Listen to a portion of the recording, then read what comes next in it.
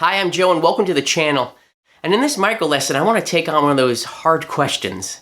One that I keep pondering. And that is, tone is in your hands. Tone is in your hands. What does that really mean? I'd love to hear your thoughts in the comment below. But I've been really trying to think about this, and I came up with an interesting analogy that I thought of for this. You know, you hear that famous story that so-and-so was backstage at so-and-so's concert and they plugged into a little plastic amp. Practice amp. Well, maybe it was a plastic amp. Who knows? And they had someone else's guitar and they played, and the saying goes, and they sounded just like themselves. So like, tone is in your hands because that person sounded exactly like themselves. So the analogy I came up with is, what if I gave you this Shure 57 microphone that I've had since I was a teenager? And if you talk through it, guess what? You're going to sound just like you. And if I talk through this, I'm going to sound just like me. So maybe tone is in your hands isn't so much about the bass or trebly sound of your hands. Maybe it's more about your personality and how you choose to play notes on the guitar and articulate those melody lines or lead lines or even your rhythm parts on the guitar. So I've been trying to think of some exercises that we could do to practice those things. So let me grab a guitar and I'll show you some of the ideas that I came up with.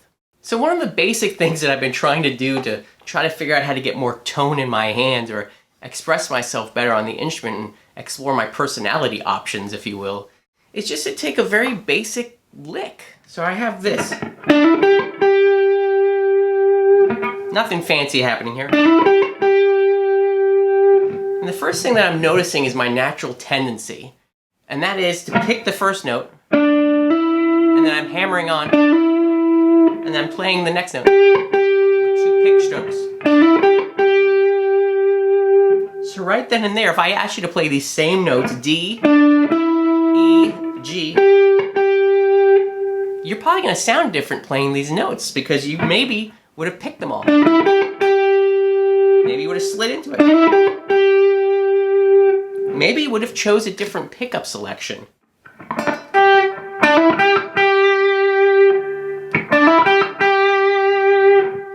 Now you see what I'm doing here though? I'm starting to explore all the possible ways that I can play this same lick. Let's explore a little bit of taking this basic idea and seeing what I can mess with to make it a little bit different or to give myself a different way to say the same thing.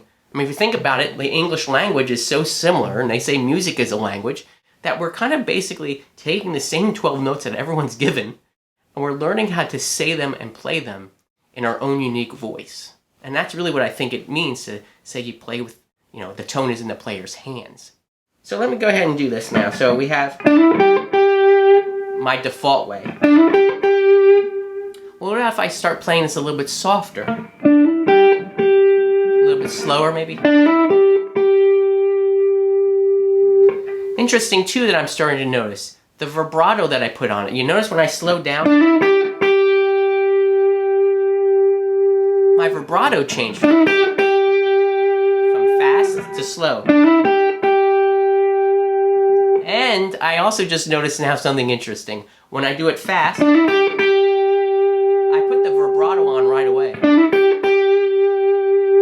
And vibrato is a great thing to practice because that really is your voice. If you listen to singers when they sing, you'll hear when they hold a note out, they add a little vibrato on there. But here's what I'm getting at. I played this fast, and I put vibrato on it right away. When I played it slow, I waited, I let the notes stay flat, if you will, and then I added the vibrato. And I sped it up. So you see here, I'm already picking up different things that I can learn to practice in all of my licks to try to interpret the notes in a little different way. This one was vibrato. Maybe how I attack and get into the note, maybe we've talked about softer. Maybe picking both notes like I mentioned before. Gives it a different flavor. Maybe just a different pickup selection gives me a different idea here. Maybe just slide up.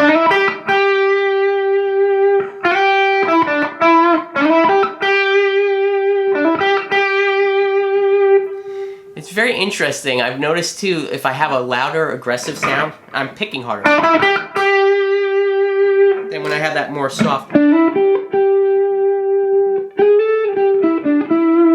was lovely.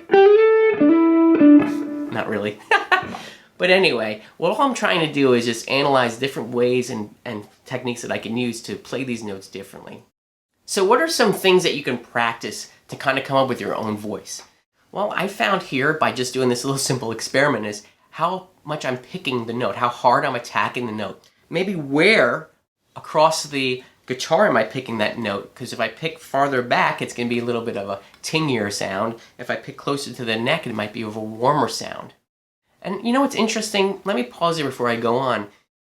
Doing this and practicing these things, I think they become second nature to you. Because I noticed even that vibrato exercise, I noticed that when I slowed down and I was making the vibrato slow, I wasn't consciously thinking that. It's just something that came out. So this is my personality starting to come out because I've practiced these techniques before.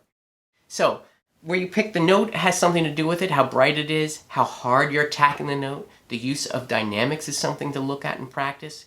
Obviously, bending and vibrato to me really are your voice on the instrument of how you're going to express those notes, because to me, I don't think any two players' vibrato really sound the same. I think that's kind of a unique fingerprint that we have, pun intended, I guess, playing on the guitar. So practicing your vibrato, and I made a whole video about that. I'll put one of those cards up here because there's different ways to analyze and play vibrato, how deep you go into it and how fast.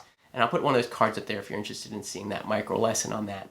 But anyway, I hope this has given you some ideas of things that you can practice. So take one of your licks that you play all the time and now try to morph it and play it in different personalities. Maybe pretend you're an actor and you're trying to play that lick when you're angry or when you're happy or when you're sad, and see the different variations that you can come up with. And all these things, again, become second nature to you. So when you're playing a song and you're reacting to the mood of the song, maybe that different type of personality or that different tone is going to come out of your hands. So that's another micro lesson down. I really would like to get your thoughts on what you think it means when they say tone is in your hands. Really, please leave a comment below about that. You know, I thought of another weird analogy too. What if I gave you a piece of paper and a pencil, and I had the same paper and same pencil, and I asked you to draw a house, and I drew a house? You know, what I draw is going to be drastically different, most likely, than what you draw. Even if I gave you some basic ideas to say, okay, you know, make sure that you draw a square house or a rectangle house, or you put a roof on it, put a chimney on it, whatever it is. My house is going to look different because that's my personality coming through. I'm going to draw it a specific way that I envision that. And maybe music is the same way, and expressing yourself on the instrument is the same way. Anyway, enough about that. Hey, if you found any value in this video, would you do me a favor? I'm really trying to grow the channel. Would you subscribe down below, hit the like button, and knock on the bell? These things help me out, and I'm so grateful for your support. As always, I wish you a wonderful day.